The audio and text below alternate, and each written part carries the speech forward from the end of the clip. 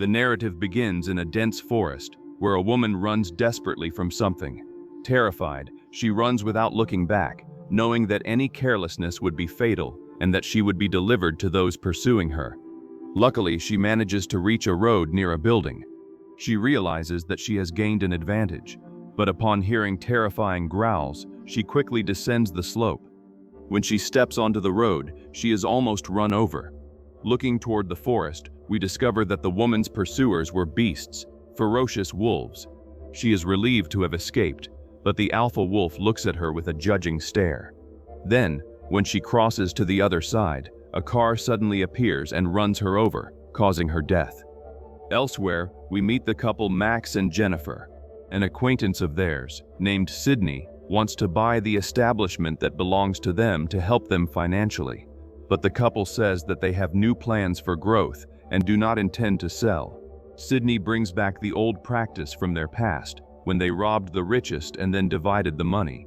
However, the couple is living a new phase and does not want to participate in criminal actions, telling Sydney that they will rebuild themselves without committing crimes. Jennifer asks her partner to refuse any request from the acquaintance and walks away. Max says that he will not accept, but Sydney, knowing that he needs money, says that he will call in the following days. A week later, we see Max talking to the manager of the town bank, asking for a loan to reactivate his restaurant, but unfortunately, the banker denies the request. Max becomes frustrated and returns to the car, where he shows his disappointment. Seeing that he will not get the resources for his projects, Max tells his partner that Sydney had called him, inviting him once again to carry out a robbery that could improve their conditions. The scene then presents David, a boy who belongs to a rich family and is calm, playing with his toy cars. His mother, Sandy, calls him to take a bath and then talks about his party, which is approaching. In the following days, we see Max going to a mansion and, before entering, disguising himself as Santa Claus. He was hired for David's party to deliver presents to the children. He enters the room and notices the boys' discouragement, but the children surround him to receive their gifts. In this moment of distraction, David moves away and goes outside the mansion. Minutes later, Max approaches and asks what David wanted as a gift. However, the boy asks him the same question, while trying to revive a dead crow with mystical words. 5 minutes later, David's mother, Mrs. Sandy, looks for him at the party, but does not find him. When she goes to check outside, she sees only the dead crow. Upon going out to search for her son, she comes across a poster revealing that David has been taken and that the criminals want a ransom payment. Max is in his van and takes the boy to the criminals, Sydney and Vince, who are waiting for him with Max's partner, Jennifer. It does not take long, and the kidnapper Max arrives. As they hide the boy, a pickup truck appears, and the driver asks if the men need help, but they make up an excuse. Inside the car, the boy looks at the driver, and whispers echo through the air toward the man, asking him to take an axe. Then, a quick flash of the future passes through his mind. Soon after, the driver leaves with an expression of momentary paralysis. Then, the group burns the van they used and leaves the place without leaving traces.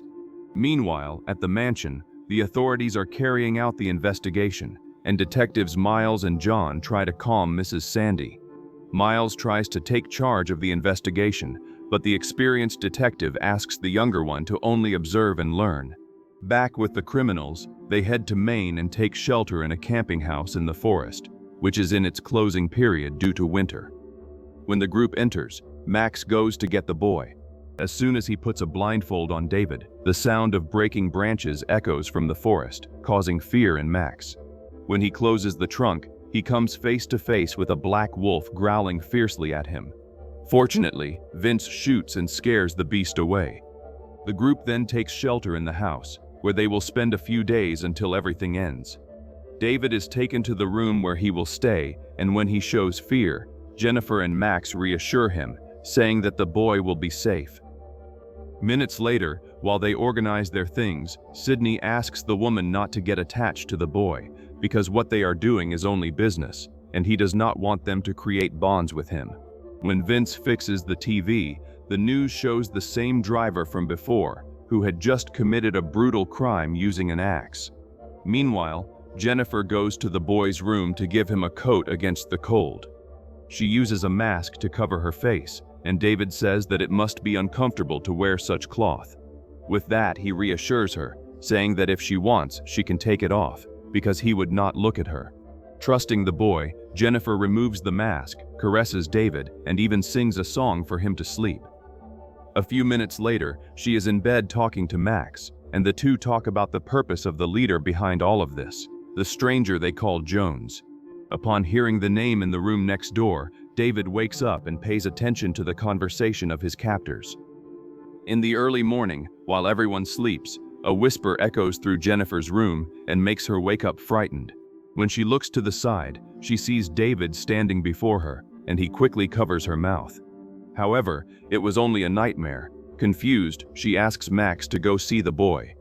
When he enters the room, he goes to close the window that was open and sees David in the corner of the wall. The boy calls him by name. Upon realizing that David knows his name, Max asks him not to call him that in front of the others, because it would cause problems for both of them. Then, he leaves the room and locks it again.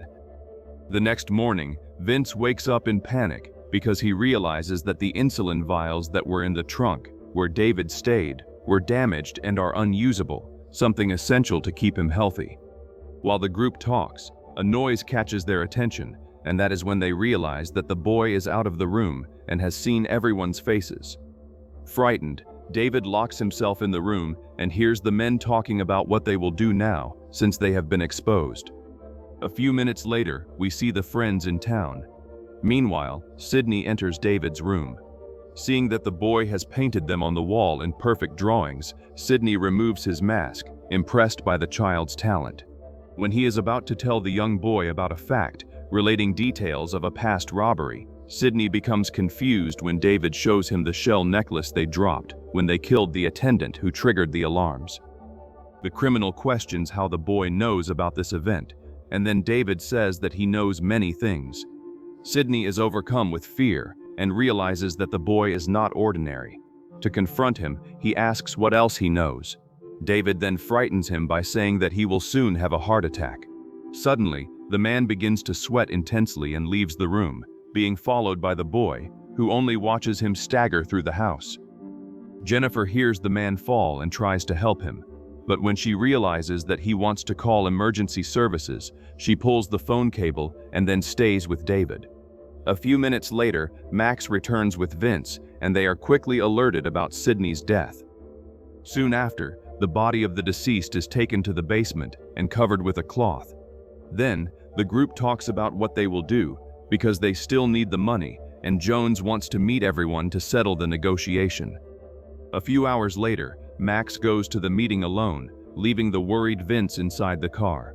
The negotiator enters the ice rink and looks for Jones, but only receives a call on the place's landline.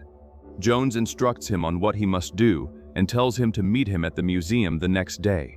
When he returns home, Max calls the boy to go for a walk, and David says that he is having fun and does not wish to leave now. When they leave the room, we see that the painting of the deceased Sydney is burned. It is already night when the group is on the road, heading to some point in the forest reserve. At a certain stretch, they pass by a car and see a couple having a romantic moment. David, even with the blindfold over his eyes, looks toward the man inside the car and whispers echo in the stranger's mind. The group went to an isolated place to make the ransom call. Mrs. Sandy answers and is instructed by the group of investigators to buy time, because they are trying to locate the criminals. Max asks David to say something as proof of life.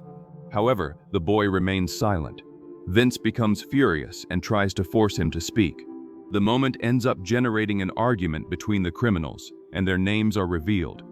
After breaking the device before they can locate their position, Vince tries to confront the boy, but Max steps in front and punches his colleague. Then, they return along the same path, and when they pass by the lover's vehicle, they observe that something chaotic happened. Suddenly, the man appears in the middle of the road and is almost run over. However, he remains motionless, like a puppet. In the early morning, while everyone sleeps, Jennifer is awakened once again, and unable to sleep, spends some time alone in the living room. Going to check on the boy, she sees the shadow of someone walking inside the house. Part 2. She sees boot marks on the floor that direct her to the basement. When she turns on the lights there, she is frightened to see the dead Sydney and returns to reality outside her nightmares. The next morning, Max is on the route to meet Jones in the town of Blanchard. In the house, Vince sees David playing with a board, asking his opponent to play, but there is no one with him. Being confronted by the boy about not being able to beat him, Vince accepts the challenge. When Jennifer passes by them, Vince looks at her with desire. Seeing this, David tells the man that he knows about the romance they had in the past, and that the woman is keeping a secret that even Max does not know. Arriving in town, Max hears on the radio about the crime from the previous night, in which the woman's body was found inside the car on the forest road, and the young man, imprisoned, does not understand what he had done. Arriving at the museum, Max enters the place and heads to the telephone booths, where he finds a cell phone and receives a call from Jones. Reflecting on the plan not going as planned, Jones asks Max to get rid of David. However, Max says that he will not do that.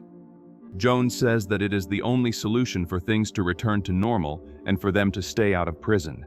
The conversation ends, and Max returns the cell phone to the hidden compartment, but stays alert to see if he can find the criminal he is talking to. Luckily, he sees a man picking up the device and soon follows him. He intercepts him in an alley beside a halted construction and asks if the man is Jones. The stranger says that he was only following an order and that he would be paid for it. Meanwhile, in David's room, we see the boy shaking a colored pencil, and by coincidence, a tool swings in the same proportion as he handles the pencil. Max asks who sent the stranger, but before he can speak, the man dies because of the tool that falls on his head. Something macabre happens, because what the boy does is reflected in reality wherever he wishes. This event was also portrayed on the wall of his room. Back at the house in the forest, Jennifer cleans the mess in the kitchen. Suddenly, Vince appears and asks if she heard whispers around the house. The woman is confused, reflecting on the death of their partner. Wanting to be kind, Vince hugs her, but she rejects him. At that moment, he confronts her about the baby she had lost years before. This fact terrifies her because she never told anyone. Using this as blackmail, Vince takes the commitment ring off her finger and forces her to have a moment alone with him. A few minutes later, he passes by the open room, and it can be seen that he acts strangely, while his caricature is partially burned. Meanwhile, Jennifer is taking a shower kneeling, saying her prayers and asking forgiveness for her sins.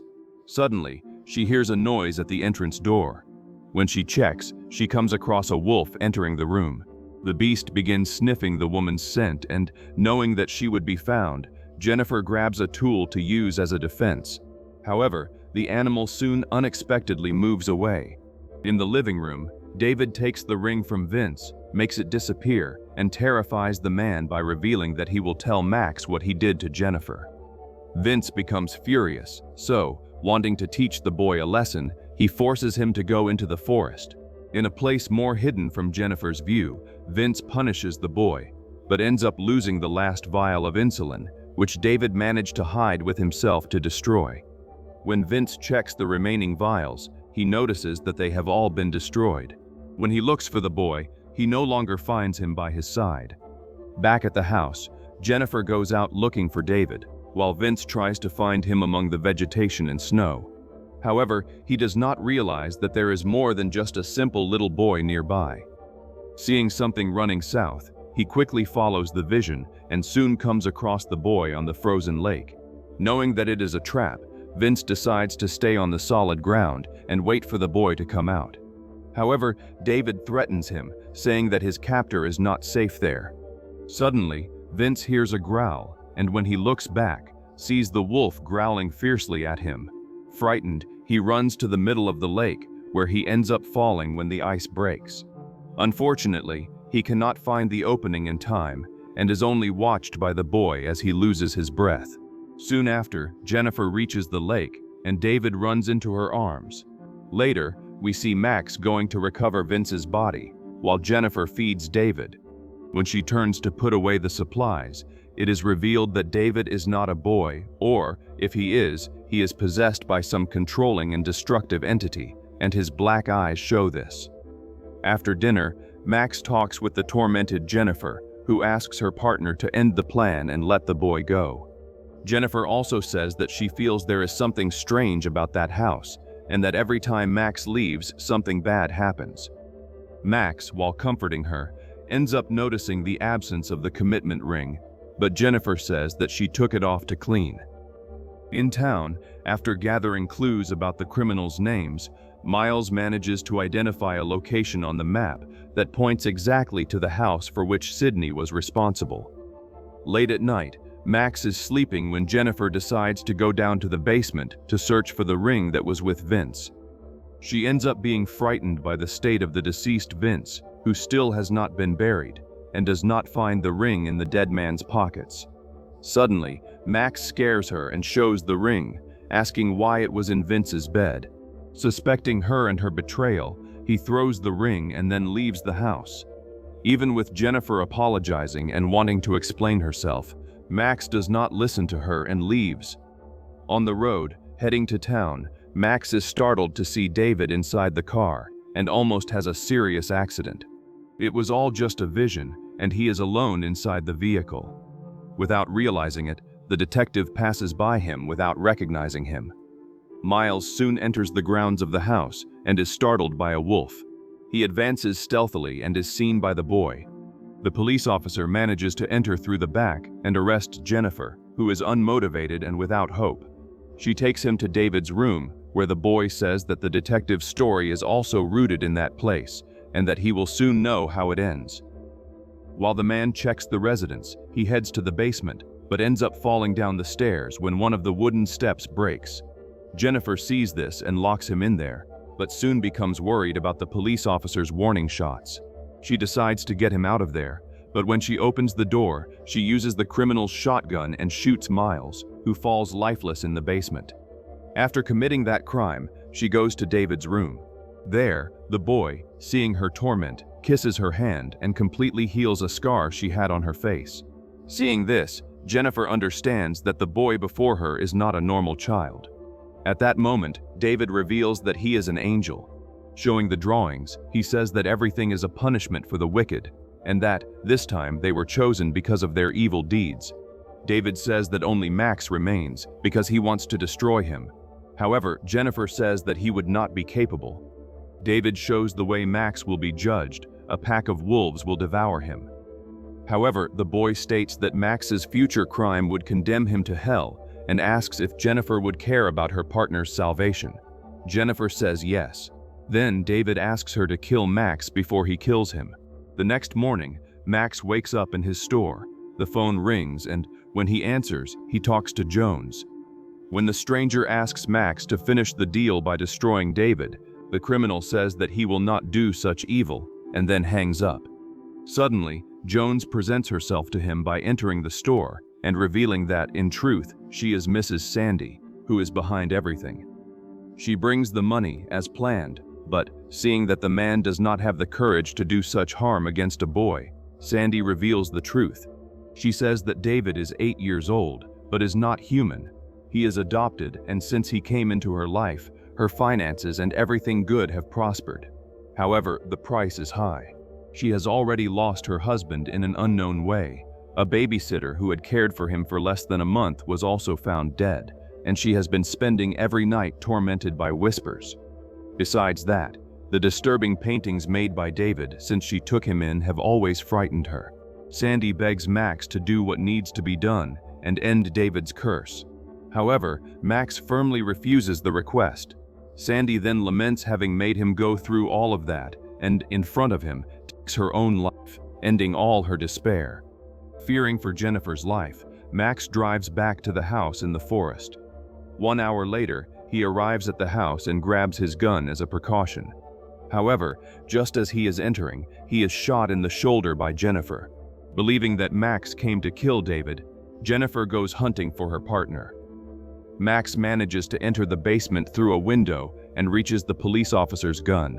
At that moment, whispers that torment his mind echo through the room, asking Max to shoot Jennifer because she has lost her mind and wants to kill everyone there. Meanwhile, Jennifer finds him, and the voices echo, turning one against the other. The house begins to shake, objects begin to fall, and the structural wood begins to crack. Max manages to understand what is happening and realizes that the demonic boy is behind all the evils surrounding them. Wanting to end this curse, he goes to the attic. Soon, Jennifer also enters the place. The boy begins to play with Max's mind, forcing him to shoot in every direction. Unfortunately, he ends up hitting his partner, and death comes for her. Max becomes furious, knowing that the demon David had deceived Jennifer with his lies. At that moment, the creature reveals his deeds and what he came to do in the world of the living. He confesses that he came to torment the desperate and hopeless and, as a test, forces them to do what would condemn them, so he can then claim their souls for himself. David begins whispering in Max's ears, forcing him to shoot himself. However, the man only shoots close to his own ears to become deaf and no longer be under the control of the voices. Unable to control the man anymore, the demon flees the house. Furious, Max takes the hand weapon and chases him through the forest. Being faster, he soon reaches him. He pins him against a tree, but before finishing the demon, Jennifer's ghost appears and frightens him. Soon, the ghosts of his friends also appear. However, they are illusions created by the creature, which makes the wolves surround him. Max has no way out, so, when attacked, he throws the axe at the demon and, luckily, hits and finishes off his host. The ferocious wolves, which were being puppets of the demon, are freed and flee from there in fear. The film ends a few days later. We see a man disguised as Santa Claus in the streets, collecting money to buy gifts for some children. Knowing this, Max gives all the money he had previously earned and starts a new life.